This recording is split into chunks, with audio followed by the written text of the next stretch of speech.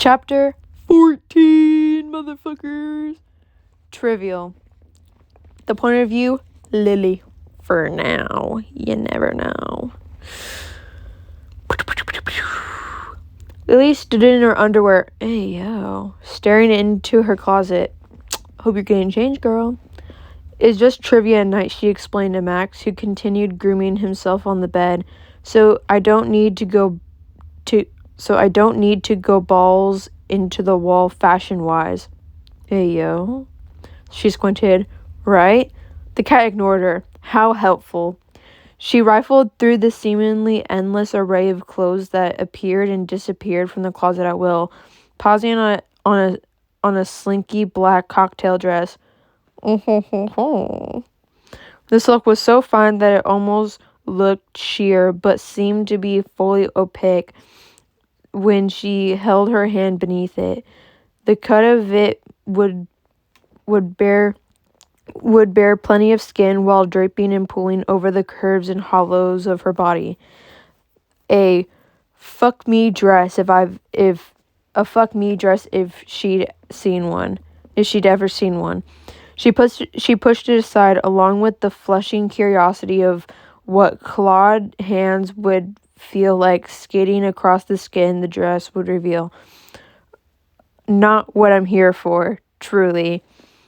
It really wasn't. She had always craved connection and had always been a naturally tactile person. Despite the raging sex drive she'd had in her life, she usually preferred to ease the ease and convenience of a vibrator to the potential of a heady physical release and the quietly emotional shredding nature of a casual hookup or fling.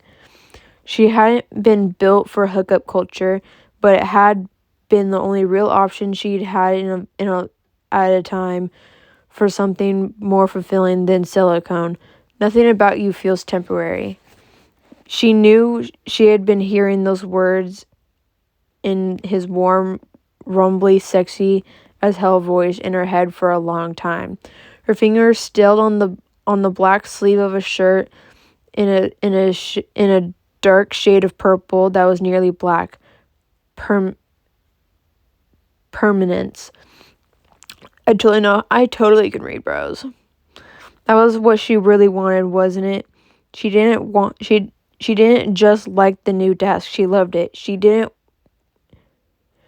just want mind-blowing sex. I'd want mind-blowing sex. She wanted mind-blowing sex with someone who wanted her. So true, bros. Not just the orgasm, but the fulfillment of a redhead fantasy. Or a way to kill time or whatever else she, or more importantly, her body represented. Yeah, bros. I'd kill time with sex. So yeah, she wanted to have sex, but she wasn't going to immediately ruin the perfectly good, possibly great new friendship based on the burgeoning mutual trust and connection and humor just because she wanted to climb him like a tree. I'd climb him like a tree. Beau was a friend. Maybe someday he could be more, but she would not make them fuck buddies. There, decision made, problem solved. She pulled on a pair of buttery soft leggings, then tugged the purple shirt over her head, simple and sexy with a touch of elegance. The shirt's V-neck just showed the upper swell of her breast and fitted her torso without being too tight. She headed to the bathroom to add a touch of mascara to her lashes and fiddle with her long fall of hair. Surveying her efforts in the mirror, she happened to catch her own eye. You fucking coward, she blinked, scowled. You push everyone away, you always push everyone away, just like you did when things were fine. But you were scared of being seen. Just like you did when you were sick. It could be more, you were just too scared to let it. Shut up, she snarled at the mirror. Max, dozing on the heated tile floor, startled and stared at her with wide eyes. I'm fine, she snapped at him. Max blinked slowly at her, then flopped onto his back, purring hard enough to be mistaken for a small engine and clearly begging for belly rubs. I'm fine, you little shit. She'd aimed for pissy, but it had come out rather sad. She sighed, crouching down to give him the attention he wanted and smoothing his soft fur in apology. Sorry, buddy. Not even Paradise can fix things, huh? Paradise was supposed to fix everything. Max just purred. Lily hurried through the field of doors toward the hallway, hand curled around the phone tucked into the blanket of her leather jacket. A taller than most mortals figure with the telltale shape of wings looming behind him, lurking just outside the stone arch. He squinted at the arch, hands in his pockets, tail swishing idly behind him. His clothes had barely changed from the day before. Boots and black pants on the slightly distracting side of snug over his powerful thighs as she got close enough to pick out more detail. She recognized that in place of his sleeveless tunic, a faded black Metallica t-shirt stretched over his broad chest and hugged his thick biceps. His hair was haphazardly half pulled back and looked slightly damp. He looked less like a demon general and more like a normal man who happened to be a demon. Trying to figure out if you could fly through it, she called, grinning when his eyes snapped to hers. He snorted. Of course I could fly through it. He threw one thick arm over her shoulders in a side hug, then left it draped there. I was just trying to figure out if I could barrel roll through the narrowest part. She glanced up at the arch, leaning back to peer at his wings, which even folded seemed massive, then dragged her gaze up his athletic body and looked at his rugged face. I'd put money on you, and you'd win, he said cheerfully, staring her down the hall and letting his arm fall to his side. He matched his pace, delighted to not have to shorten her strides, keeping just enough distance between them to be friendly. Did you deal with any interesting souls today? He asked. Lily wrinkled her nose. The details of the soul files always faded, but sometimes the broad strokes of their actions would linger in her memory, like a movie she saw once and only vaguely remembered the plot of. There was a guy who hunted and ate people's dogs for 20 years. Bell stopped in his tracks, gagging, horror scrawled over his broad features. He what? Yeah, he got off on seeing how desperate they were looking for their dogs, and then how heartbroken they were when they were never found. All while eating. Ugh, creepy fucker. He did some other stuff that doesn't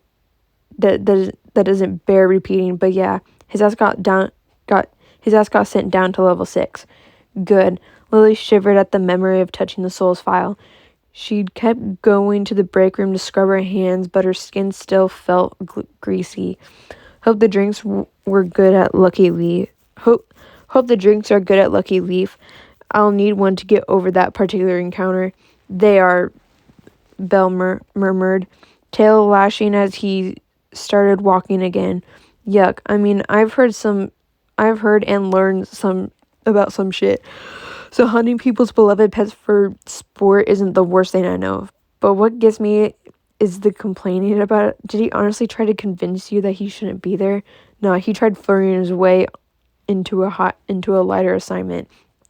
If leering at my tits and telling me he had a Jessica Rabbit fantasy counts as flirting, which for the record, it doesn't. Duly noted. So how many pieces did you leave him in? Just the one. Oh wait, 2 if you count the finger. But that was an accident. The sword is great, by the way, very sharp. Bridget does beautiful work. It used to be Lucifer's, but he didn't need it anymore. Something in his tone made her look up. A self-satisfied smirk looked down on him. She made a mental note to make sure his gift of her new favorite weapon wasn't going to cause problems for him at some point.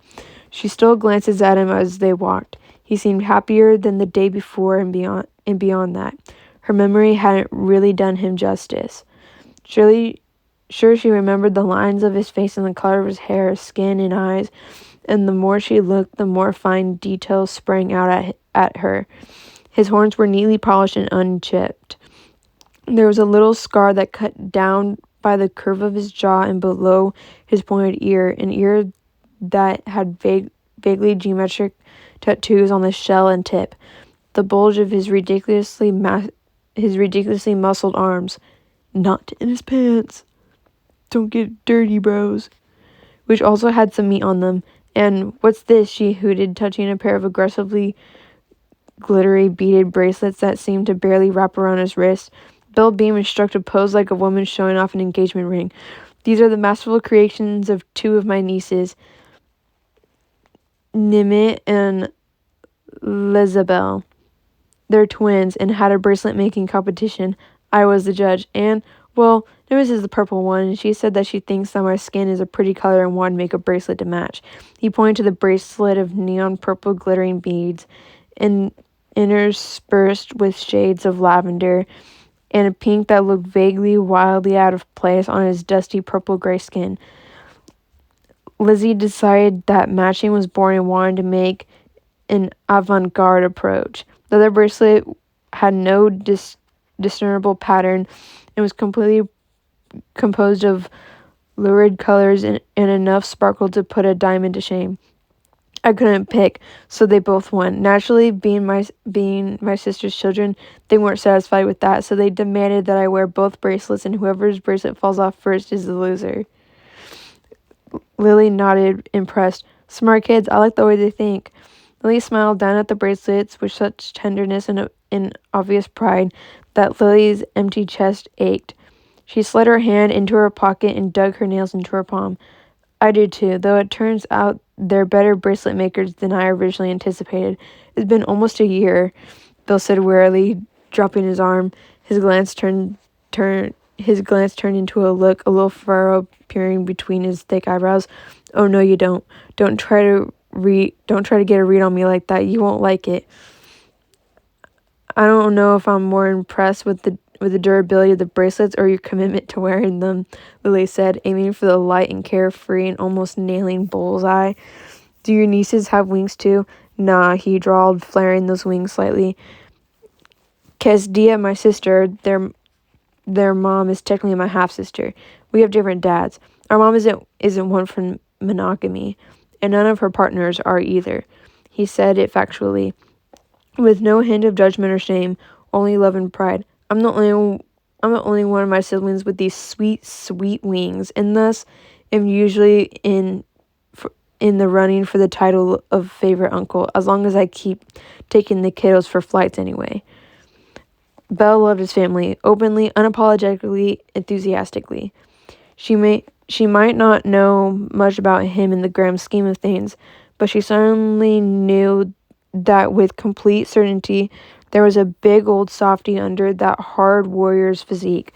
Sexy and sweet, a dangerous combination. Hopefully, she prayed to whatever powers were listening, the universe, she supposed.